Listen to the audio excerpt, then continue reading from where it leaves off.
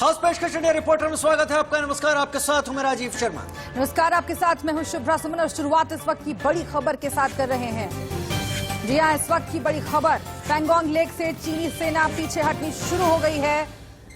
भारतीय सेना ने इसका वीडियो जारी किया है। इस वक्त की बड़ी खबर और वीडियो भी आपको हम दिखा रहे हैं। और ये तस्वीर जो आप देख रहे हैं, पीएलए के टैंक हैं जो डिसएंगेजमेंट के तहत पीछे हटने शुरू हुए और इसी के साथ भारत के T-90 और T-72 टैंक भी पीछे हटने शुरू हो गए। लद्दाख में चीनी सेना के पीछे हटने का ये वीडियो आपके टीवी स्क्रीन पर। बिल्कुल, तो जानकारी आपको पहले ही हम लगातार दे रहे थे इस बाबत, लेकिन ये वीडियो देखिए और इससे एक साफ जाहिर हो जाता है कि आखिरकार चीनी सेना को मानना ही पड़ा है। चीनी सेना जो लगातार भारत के लिए परेशानी पैदा करने की कोशिश कर रही थी। आप देखिए किस तरीके से वीडियो सामने आया है। फिंगर 8 की ओर लौट रही है चीनी सेना। आखिरकार चीनी सेना को अपने कदम वापस खींचने ही पड़े। कोरोना काल में जब तमाम देश एक दूसरे के सहयोग की बात कर रहे थे, चीन ने अपनी सेना को आगे बढ़ाने की हिमाकत की और उसके बाद भारतीय सेना इस कदर डटी कि आज जाकर चीन को अपने कदम पीछे खींचने पड़े हैं। हालांकि इस दौरान एक लंबा वक्त जरूर बीता और तस्वीरें टीवी स्क्रीन पर इस बात की तस्दीक करती हुई। तो भारत और चीन दोनों के टैंक पीछे हट रहे हैं। भारत लगातार ये कह रहा था कि जो यथास्थिति है, जो पहले की स्थिति है, उसे फिर से एक बार बहाल करना ही होगा। कई बार मीटिंग्स में भारत ने एक कड़ा संदेश दिया था कि चीनी सेना जिस तरीके से अतिक्रमण करने की कोशिश कर रही है वो बर्दाश्त नहीं किया जाएगा। और अभी तक जो भी संघर्ष की स्थिति बनी है वो इसलिए बनी है क्योंकि चीनी सेना लगातार नियमों को तोड़ रही है और जो स्थिति पिछले साल मई महीने में थी वही स्थिति फिर से एक बार बहाल हो और अब उस दिशा में ये जो सेनाओं की वापसी है वो शुरू हो गई है। और भारतीय सेना ने इसका वीडियो भी जारी किया है जो आप अपनी टीवी स्क्रीन पर देख रहे हैं। बड़ी खबर, पैंगोंग लेक से चीनी सेना पीछे हटनी शुरू हो गई है और इसके साथ ही दोनों ही सेनाओं ने डिसएंगेजमेंट प्रोसेस को शुरू कर दिया है। तो एक बड़ा गतिरोध एक लंबे वक्त तक बना रहा अप्रैल 2020 के बाद से अब तक, यानी फरवरी 2021 तक। और दो तस्वीरें आप देखिए, एक तरफ चीनी सेना के टैंकों ने अपनी जगह को बदलना शुरू किया, यानी पीछे जाना शुरू किया, वहीं भारतीय सेना की आर्मर्ड कोर भी अब पीछे हटनी शुरू हो रही है। राजनाथ सिंह ने भी इसकी जानकारी दी है। पहले भी हालांकि चीनी सेना ने इस तरह का प्रोपेगेंडा किया था, लेकिन चीनी सेना, चीनी सरकार यू टर्न लेने के लिए जानी जाती है, प्रोपेगेंडा के लिए जानी जाती है। लेकिन इस बार वीडियो जारी किया है भारतीय सेना ने और ये साफ बता दिया है कि जो कहा जा रहा था भारत की ओर से, आखिरकार चीनी सेना को उसे मानना ही पड़ा है। पैंगोंग लेक से चीनी सेना का पीछे हटने का ये वीडियो बहुत महत्वपूर्ण है क्योंकि आपको मालूम है कि कैसे एलएसी पर लगातार संघर्ष की स्थिति बनी हुई थी, लेकिन अब जाकर चीनी सेना के नापाक मंसूबों को भारत ने ढेर कर दिया है। और इससे पहले कि वीडियो, तमाम वीडियोस सामने आते, रक्षा मंत्री राजनाथ सिंह ने भी उच्च सदन और निम्न सदन दोनों जगह, यानी लोकसभा और राज्यसभा दोनों जगह इस बात की जानकारी देकर देश को स्पष्टीकरण दिया कि भारत अपनी बात पर कायम रहा और भारत के लगातार अड़े रहने का ही नतीजा है कि चीन को वस्तु स्थिति को समझना पड़ा और इस डिसएंगेजमेंट को मानना पड़ा। बिल्कुल। Ashish Singh, strategic affairs editor, हमारे साथ न्यूज रूम से इस वक्त जुड़ गए हैं। आशीष, एक बड़ा कदम यह हो सकता है, अभी तक पीएलए डटी हुई थी, अड़ी हुई थी और चीनी जो शासन है वो इस बात को मान नहीं रहा था, लेकिन तस्वीरें अब इस बात की तस्दीक करती हैं कि उसे पैर पीछे खींचने पड़े। लगातार भारत के अड़े रहने का ही नतीजा है। बड़ा कदम है लेकिन पहला कदम है और अभी ऐसे बहुत कदम उठाने पड़ेंगे। शुरुआत हुई है, इंडियन आर्मी ने T-72, T-90 और जो स्पेसिफिकली इंडियन आर्मी का एक टैंक इसमें दिखाई दे रहा है वो T-96 टैंक है। इसके अलावा जो दो और टैंक्स आपको दिखाई दे रहे हैं वो चीनी टैंक्स हैं और ये दोनों ही तरफ से टैंक्स को पुल बैक किया जा चुका है।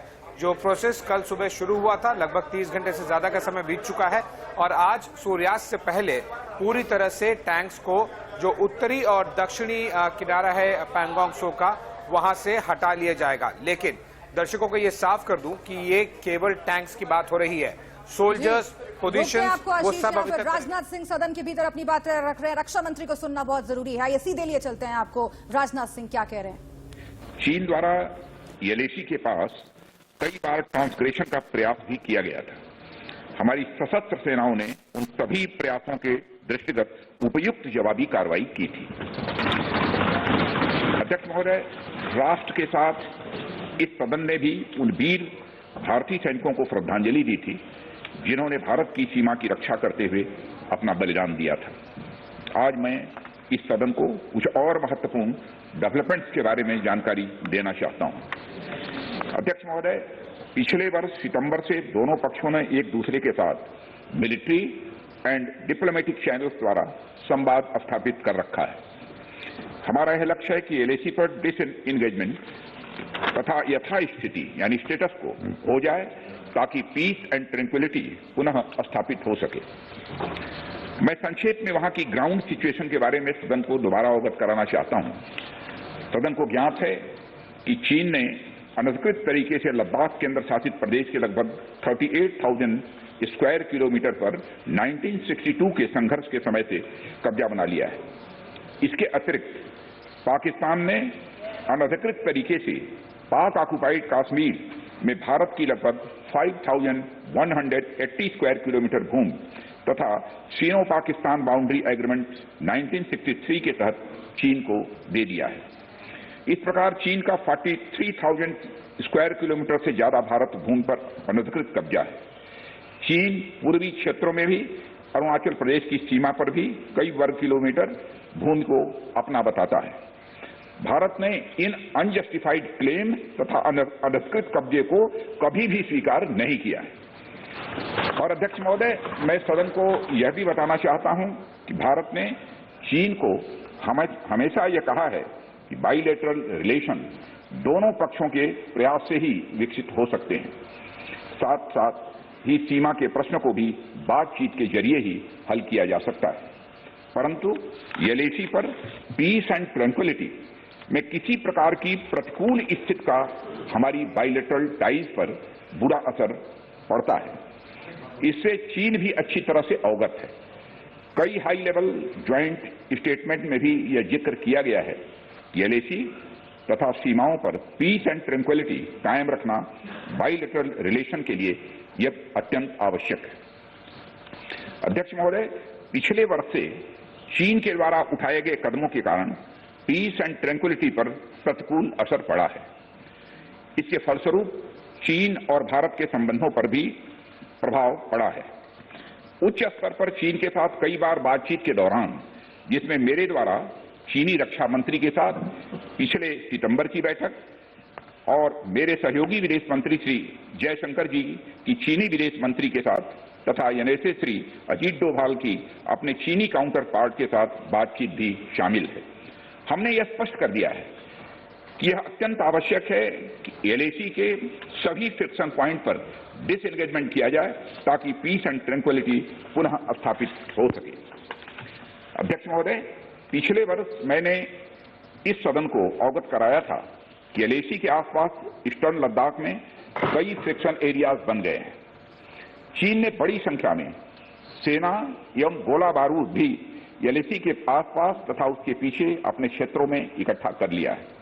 हमारे सशस्त्र सेनाओं द्वारा भी भारत की सुरक्षा की दृष्टि से एडिक्वेट तथा इफेक्टिव काउंटर डिप्लॉयमेंट भी किए गए हैं। मुझे यह बताते हुए अध्यक्ष महोदय गर्व की अनुभूति हो रही है कि भारतीय सेनाओं ने इन सभी चुनौतियों का डटकर सामना किया है तथा अपने शौर्य और बहादुरी का परिचय पैंगोंग त्सो के साउथ एवं नॉर्थ बैंक पर दिया। सामरिक दृष्टि से महत्वपूर्ण कई क्षेत्रों को चिन्हित कर हमारी सेनाएं कई पहाड़ियों के ऊपर तथा हमारे दृष्टिकोण से उपयुक्त अन्य क्षेत्रों पर मौजूद हैं। भारतीय सेनाएं अत्यंत बहादुरी से लद्दाख की ऊंची दुर्गम पहाड़ियों तथा कई मीटर बर्फ के बीच में भी सीमाओं की रक्षा करते हुए अडिग हैं और इसी कारण हमारा एज बना हुआ है अध्यक्ष महोदय। और हमारी सेनाओं ने इस बात पर भी यह साबित करके दिखाया है कि भारत की संप्रभुता एवं अखंडता की रक्षा करने में वे सदैव हर चुनौती से लड़ने के लिए तत्पर हैं और अनवरत कर रहे हैं। अध्यक्ष महोदय, पिछले वर्ष में मिलिट्री एंड डिप्लोमेटिक स्तर पर चीन के साथ हमारा संवाद बना रहा है। इस बातचीत में हमने चीन को यह बताया है कि 3 सिद्धांतों के आधार पर इस समस्या का समाधान हम चाहते हैं। फर्स्ट, दोनों पक्षों द्वारा एलएसी को माना जाए और उसका आदर किया जाए। सेकंड, किसी भी पक्ष द्वारा यूनिलैटरली स्टेटस को बदलने का प्रयास नहीं किया जाए। थर्ड, सभी समझौतों का दोनों पक्षों द्वारा पूर्ण रूप से पालन किया जाए। ये 3 बातें उनके समक्ष रखी गई थी।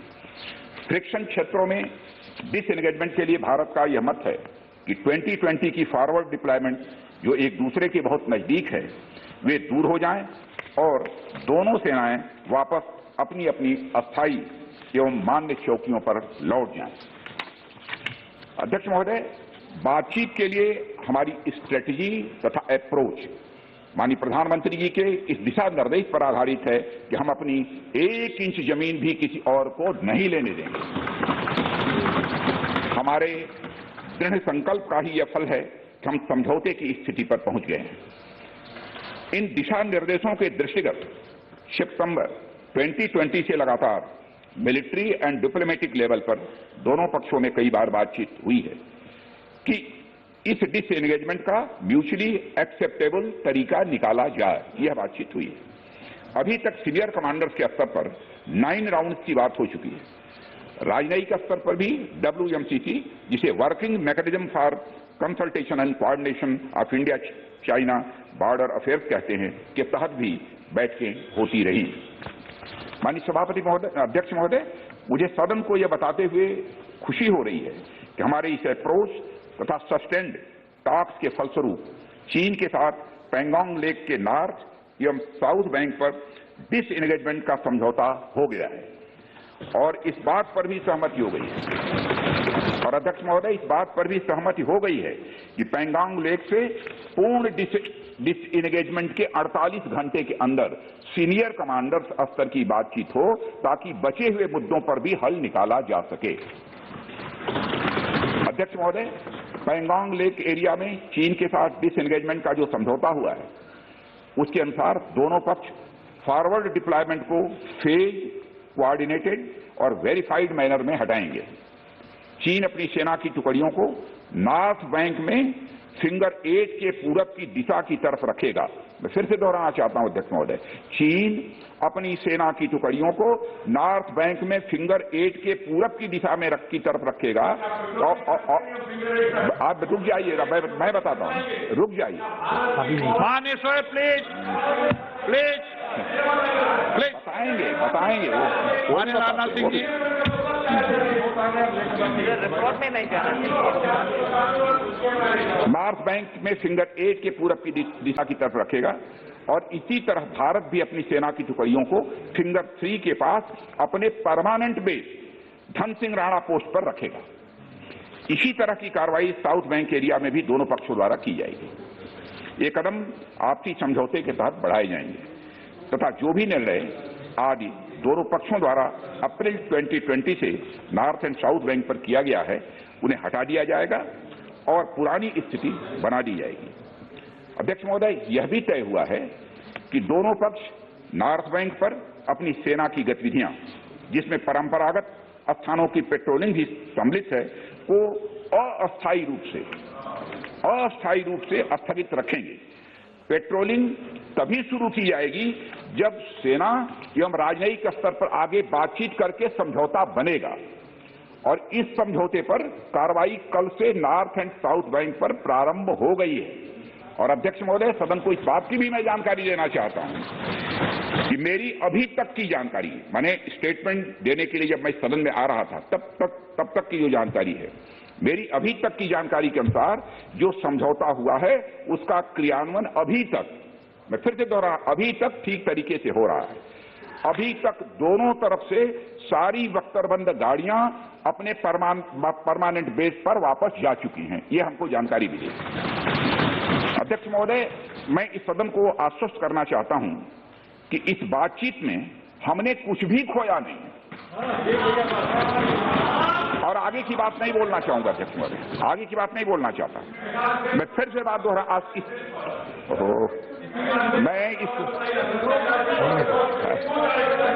आपका कोई दर्ज चिंता मत करिए, ज्यादा चिंता है। मैं इस सदन को पुनः आश्वस्त करना चाहता हूं कि इस बातचीत में हमने कुछ भी खोया नहीं।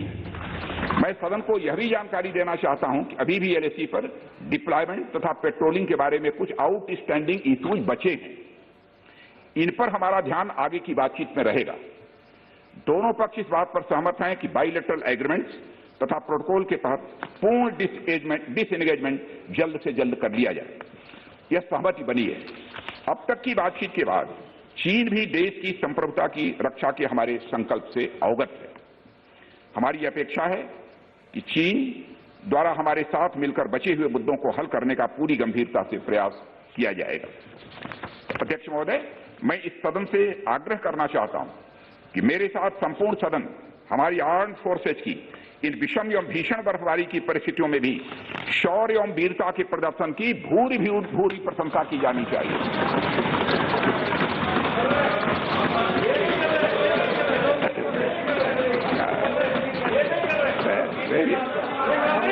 सभापति महोदय, अध्यक्ष महोदय, मैं यह भी कहना चाहता हूं कि जिन शहीदों के शौर्य और पराक्रम की नींव पर डिसएंगेजमेंट आधारित है, उन्हें देश सदैव याद रखेगा। अध्यक्ष महोदय, मैं आश्वस्त हूं कि यह पूरा सदन, चाहे कोई भी किसी दल का क्यों न हो, देश की संप्रभुता, एकता, अखंडता और सुरक्षा के प्रश्न पर एक साथ खड़ा रहेगा और एक स्वर से समर्थन करता है कि यह संदेश केवल भारत की सीमा तक ही सीमित नहीं रहेगा, बल्कि पूरे विश्व तक जाएगा। अध्यक्ष महोदय, इन्हीं शब्दों के साथ आपको बहुत बहुत धन्यवाद अध्यक्ष महोदय। Item number 22 Shri Rajkumar Singh. Item number 20 Rajkumar Singh. मंत्री राजनाथ सिंह ने सदन में आकर यह बात साफ कर दी कि जिस तरीके से दोनों पक्षों के बीच बातचीत हुई है उसे शांतिपूर्वक बातचीत कहा गया और उस दौरान जो जो निर्णय लिए गए, रक्षा मंत्री की जानकारी के मुताबिक अक्षरशः उनका पालन किया जा रहा है डिसएंगेजमेंट के दौरान। बिल्कुल, और फिर से एक बार वो बात दोहराई है राजनाथ सिंह ने, हम अपनी 1 इंच जमीन भी किसी को नहीं देंगे। इसके साथ ही भारतीय सेना के पराक्रम का भी जिक्र किया है। इतने लंबे समय तक जो संघर्ष चला रहा है LAC पर, भारतीय सेना ने पूरी बहादुरी से उसका सामना किया और चीनी सेना को पांव पसारने का मौका नहीं दिया। इसके साथ ही राजनाथ सिंह ने यह भी कहा कि अब ये जो सेनाएं वापस लौट रही हैं उससे पूरे विश्व में भारत के शौर्य और पराक्रम को लेकर संदेश जाएगा।